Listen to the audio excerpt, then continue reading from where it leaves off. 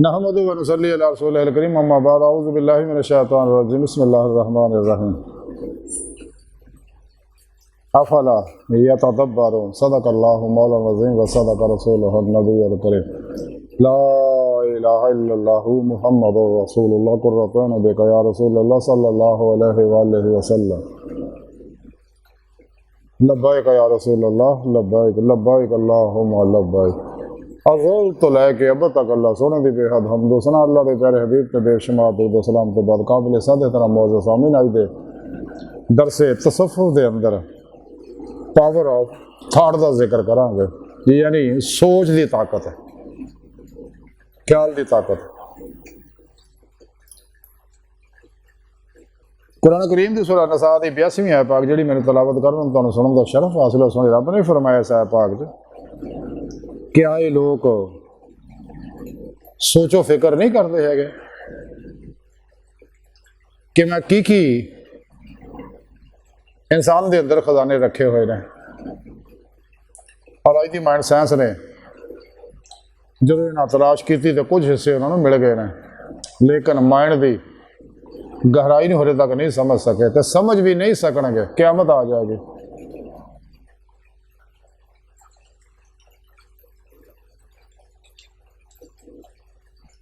सो मैं अर्ज कर रहा था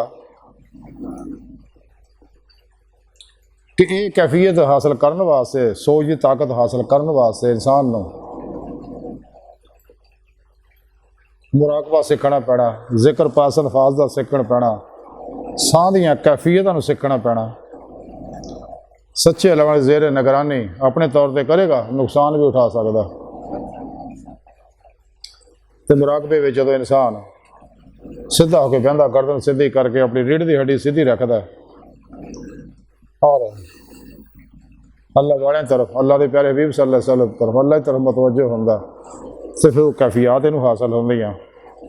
इंसान जो सोचता है, इंसान के अंदर दो दिमाग है, एक सिर के दिमाग का ज़हन है, एक दिल के दिमाग का ज़हन है। तो इंसान अपने सिर के दिमाग च जो भी सोचता है, दिल के दिमाग के ज़हन च जो भी सोचता है, वो असरात इंसानी जिसम पर होंगे आ, क्योंकि इंसान जो सोचता है वो अंदर सिग्नल निकलते हैं, लहरां निकलदियां, और हर सोच की अपनी मखसूस फ्रीकुएंसी होंदी है और अपनी मुतलका फ्रीकुएंसी ना कॉन्टैक्ट करती रहती है। अल्लाह रब्बुल इज़्ज़त ने इंसान को तालीम दी है हमेशा अपनी सोचां जड़ियाँ वो तौहीदी रखे, रहमानी रखे, मुहम्मदी रखे, कुरानी रखे, इंसानी रखे, इश्की रखे, तो फिर इंसान दुनिया कब्र और आखिरत कामयाब हो सकता है। इसको अलावा अगर नफ्से उमारा के मुताबिक ख्वाहिशां रखेगा फिर दुनिया कब्र और आखिरत अपनी गंदी कर पाएगा। सोच ही बुनियाद है। कायनात के अंदर जिन्ने फितने फसाद गम परेशानियां टेंशन बीमारियां मनफी सोचां की वजह नाल, मनफी सोचां ही इंसान को कुफर के पासे, शिरक के पासे, बिदअतां के पासे, रुखसां के पासे ले जांदियां ने, नफ्स परस्त बनाउंदी, दुनिया का पुजारी बनाउंदियां। सुल्तान आशिकीन हज़रत मौलाना जलालुद्दीन रूमी रहमतुल्लाह फरमांदे हैं, इंसान जो कुछ है सोच है, बाकी तो गोश्त हड्डियां ही हैं ये अंदर। शेक्सपियर यूरोप का एक मुफक्कर मशहूर, वो कहता कि असी वो नहीं है जो असी करते हैं, बल्कि असी वो होने हैं जो सोचने हैं। तो सुकरात कहता है कि जैसियां सोचां वैसे मुस्तकबिल।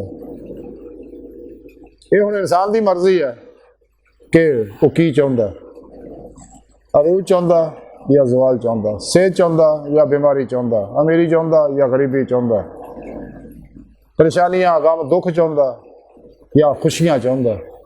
ये इंसान अपनी सोचां नाल ही ताल्लुक रखता है। मसबत सोचां इंसान को सेहतमंद, खुशबाज, तरोताज़ा, पुरसकून रख सकदियां और सुकून दियां नेमतां अता करदियां ने, चैन दियां नेमतां अता करदियां।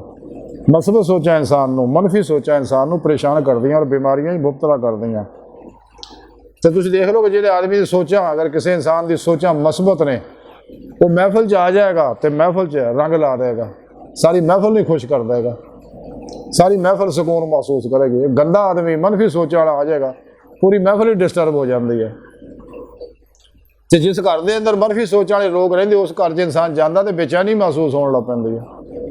تو جس گھر 'ਚ مثبت سوچ والے لوگ ہے اس گھر جاوے انسان کو سکون ملتا، جی اللہ والوں کو جاوے انسان کو سکون ملتا، زندہ دل علماء مشائخ کو جاوے سکون ملتا۔ تو شیطانی لوگوں کو، نفس افلاطونی دجالی لوگوں کو، گمراہ 72 جہنمی فرقے والیاں فرقے ٹولیاں اور 2 نمبر غیر شرع بابے نام نہاد بودا دل اسکار اسلامی روحانی اسکاروں کو جانا، انسان کو بےچینی پیدا ہوتی کیونکہ انہوں نے ہر ویلے لعنت برس رہی ہوتی ہے، انہوں طرف اٹھن والے قدم کی بھی لعنت برستی۔ اسے واسطے جڑے سچے ہے وہ اگر بھلیکھے رہنا کو پھس بھی جان دے الگ ہو جاتے فوراً۔ سچے اللہ والے سچے علماء مشائخ دے کول جا کے اخذ فیض کرتے ہیں،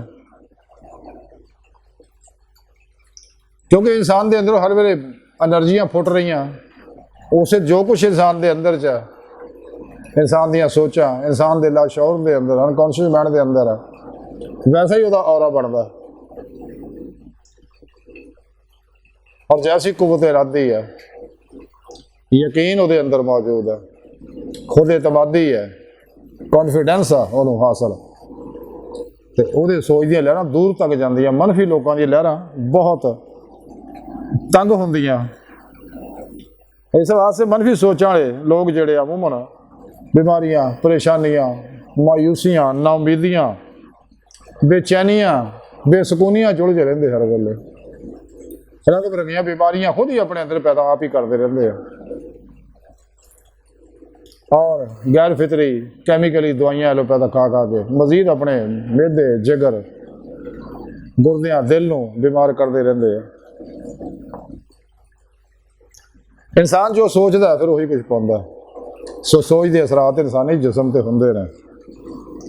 انسان کو چاہیے اگر ٹینشناں اسٹریس تو بچنا چاہتا، پریشانیاں دکھاں غماں ناکامیاں مصیبتاں بیماریاں تو بچنا چاہتا، تو انہیں چاہیے اپنی سوچاں قرآنی کر لوے، محمدی کر لوے، توحیدی کر لوے، مثبت کر لوے، پازیٹیو کر لوے، تو انشاءاللہ انسان نفع پائے گا۔ جدوں انسان سوچتا ہے اچھی سوچتا ہے انہوں اچھا نفع ملتا ہے۔ جویں کچھ مزدور ایک جگہ مزدوری کرنے گئے، انہوں نے وہ مٹی باہروں چک کے پلاٹ میں سٹنی سی، تو مالک کہنے لگا یار چھیتی یہ کام مکاؤ، تو تسی اوور ٹائم بھی لا لو، میں چھیتی چاہنا بھی یہ مٹی جڑی ہے پلاٹ دے اندر منتقل ہو جائے۔ ایک بندہ وہ ذہن چ سوچ آئی، وہ مالک نو کہنے لگا کہ جناب جن مزدور اسی لیا اینے دن لگن گے سارے پلاٹ مٹی جان واسطے، وہ کہندا نہیں یار چھیتی، وہ کہندا پھر مینوں ٹھیکہ دے دیو۔ انہیں ذہن چ سوچ لیا کہ میں ہور مزدور لیا کے لا کے تو 2 دنوں کے اندر ہی میں پلاٹ سے مٹی سٹ دینی ہے۔ وہ کہندا کنے کا ٹائم لے گا، کہندا 2 دن صرف دے دیو میں، ایک اج دا تے ایک کل دا دن، تے میں ساری مٹی سٹ دیاں گا۔ وہ بڑا خوش ہویا، وہ کہندا میرا ٹھیکہ کر لا، تو اس مزدور نے ٹھیکہ کر لیا وہ، تو اسی ویلے مزدوراں دوجے نے کہندا تسی کام کرو تے میں آیا، وہ گیا جا کے تھبا سارے مزدور لے آیا، تو ساری دیہڑی مزدوری پورا مزدوراں سٹی مٹی، ادھی مٹی سٹ دی ادھی مٹی اگلے دن سٹ دی، پورا پلاٹ بھرتا، انہیں پیسے لے لے مزدوراں نے بھی دیہڑی دیتی، کافی پیسے انہیں بھی بچ گئے۔ یعنی انہیں سوچیا اچھا یہ سوچنا انسان اپنی زندگی بدل سکتا ہے، سوچنا انسانی زندگی کا کانٹا بدل جاتا ہے۔ تو اس کے بعد وہ شخص حالانکہ ان پڑھ سکا بہت بڑا ٹھیکیدار بن گیا، بڑے پڑھے لکھے لوگ نوکر رکھ لے رہے ہیں، اپنا دفتر بنا لیا۔ اسی واسطے انسان اچھی سوچنا کامیاب ہو سکتا ہے۔ بہرحال آج کی ساری گفتگو کا خلاصہ ہے کہ انسان میں چاہیے اپنے سوچیں ہمیشہ مثبت رکھے تاکہ انسان کامیابیاں حاصل کرے، تو منفی سوچاں تو بچے، نہیں تو مصیبت پھنس جائے گا۔ تو اللہ سونے دی بارگاہ دل دی گہرائیاں دعا کہ اللہ سونے ہستا بڑے حقیر پر تقصیر مارے کمزور کم علم عاجز مسکین بے سہارا انسان ہے، چاہے پھر پیشوا دے تیرے پیارے حبیب صلی اللہ علیہ وسلم دے تیری سونی پاک ذات دے مولا سونے ساڈا کوئی سہارا نہیں، सानू दुनिया कबर और आखिरत सारा अता फरमा। तौहीद साड़ियां सोचां नूं तौहीदी कुरानी मुहम्मदी इश्की बनाए और अपने दरमी दाती नेमत दौलत कुबरा अता फरमा।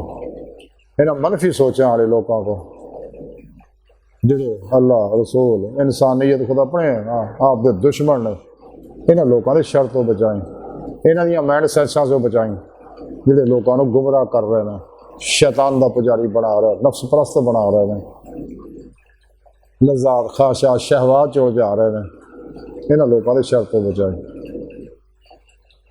अल्लाहु अकबर कबीरा। अल्लाह बस ते बाकी सब हवसा वमा अलैना इल्लल बलागुल मुबीन।